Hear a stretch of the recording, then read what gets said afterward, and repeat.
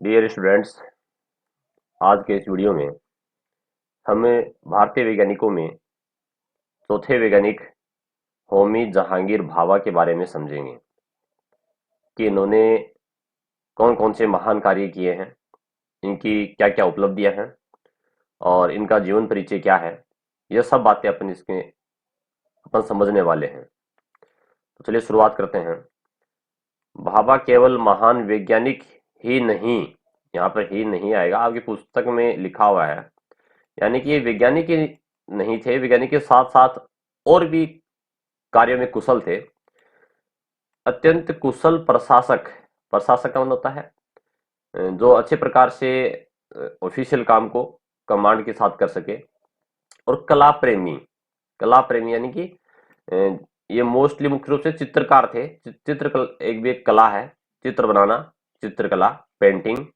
ठीक है, पेंटिंग भी करते थे। भाभा उच्च कोटि के चित्रकार थे तथा उनके चित्र ब्रिटिश कला दीर्घाओं में सुरक्षित हैं। ब्रिटिश कला यानी कि जो इंग्लैंड है, वहां पर भी इनके चित्र आज के समय सुरक्षित रखे हुए हैं।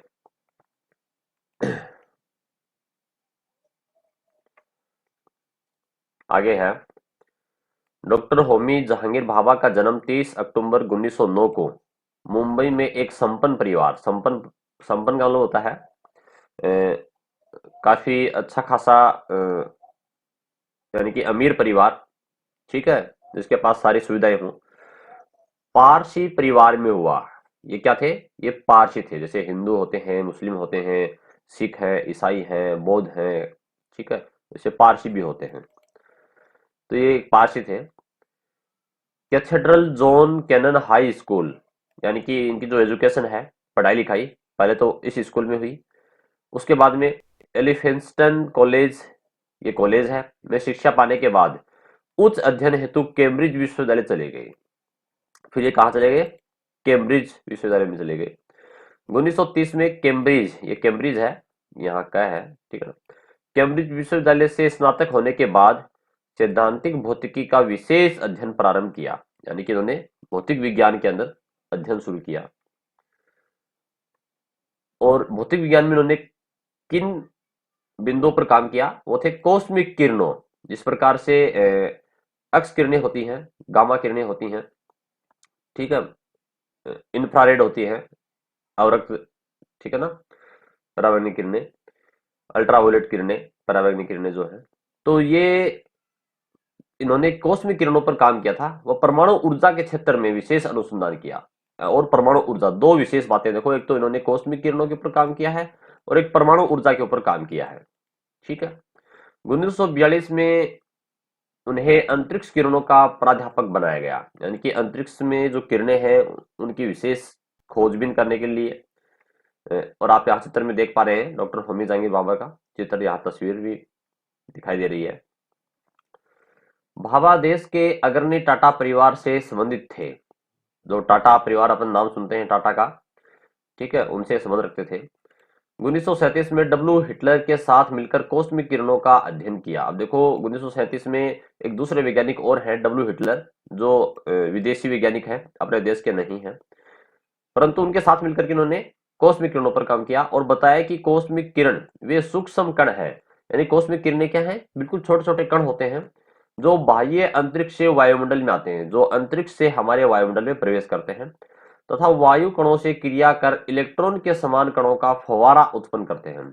और जब वो कॉस्मिक किरणों के कण, सूक्ष्म कण हमारे वायुमंडल में आते हैं, तो हमारे वायुमंडल में अभिक्रिया करके, क्रिया करके वो इलेक्ट्रॉन के समान कण बना लेते हैं और एक प्रकार से फव्वारा उत्पन्न होता है।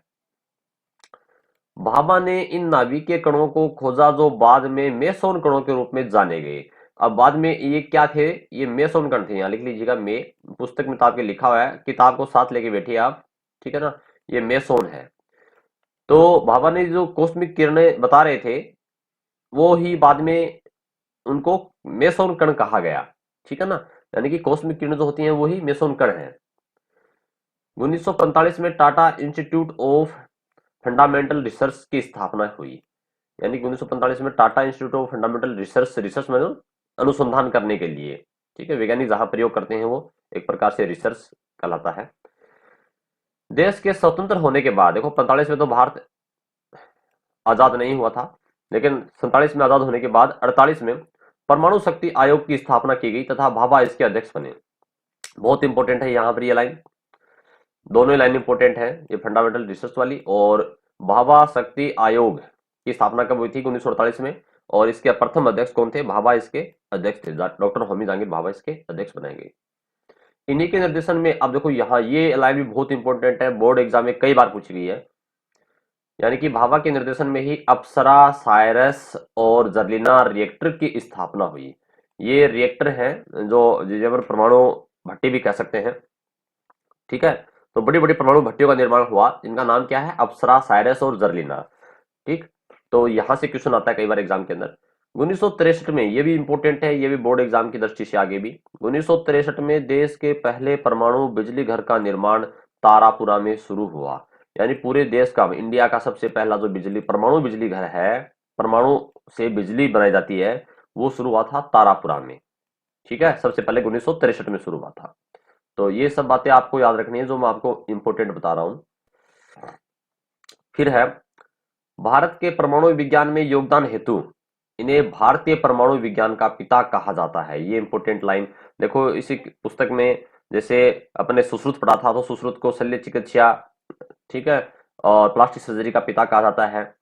वैसे ही परमाणु विज्ञान का पिता जो है वो डॉक्टर होमी जहांगीर भाभा को कहा जाता है। तो ये आपको सारे याद रखने वाली बातें हैं।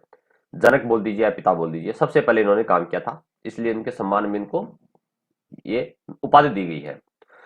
सितंबर 1956 में आणविक एजेंसी की स्थापना के लिए न्यूयॉर्क में, अब देखो न्यूयॉर्क जो है अमेरिका में, वहां सितंबर 1956 में एक कोई 81 देशों का सम्मेलन हो रहा था, ठीक है। यानी कि वहां 81 देश थे और एक सम्मेलन आयोजित हो रहा था वैज्ञानिकों का सितंबर 1956 में। तो न्यूयॉर्क के अंदर वहां इनको सभी देशों के वैज्ञानिकों ने मिलकर, ठीक है, उस सम्मेलन का अध्यक्ष बनाया गया, ठीक है। तो सर्वसम्मति से, सर्वसम्मति तो सभी की सहमति से सम्मेलन का अध्यक्ष डॉक्टर भाभा को ही बनाया गया था। तो उस समय ये वहां पर ये, यानी कि इनकी प्रसिद्धि, इनकी ख्याति इतने विख्यात थे, विदेशों में भी इनका सम्मान होता था उस समय, इसलिए उन्होंने, सारे देशों ने मिलकर के इनको उस सम्मेलन का अध्यक्ष नियुक्त किया गया।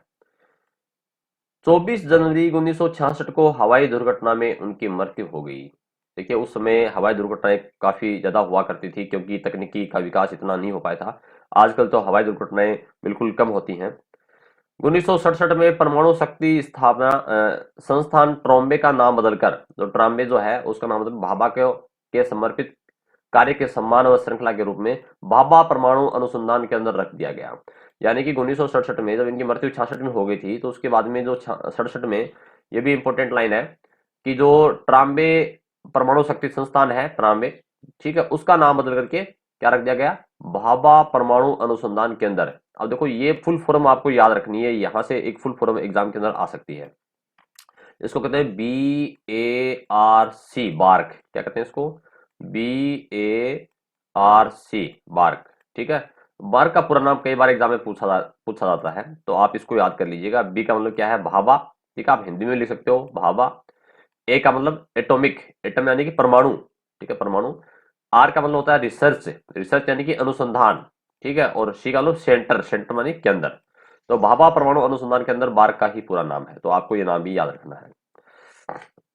तो इस प्रकार से हमने आज के इस वीडियो में जो वैज्ञानिक अपने डॉक्टर होमी जहांगीर भाभा है, उनके बारे में, उनके जीवन परिचय और उनकी वैज्ञानिक उपलब्धियों के बारे में जानकारी प्राप्त की। नेक्स्ट वीडियो में हम प्रफुल्ल चंद्र राय के बारे में समझेंगे। धन्यवाद।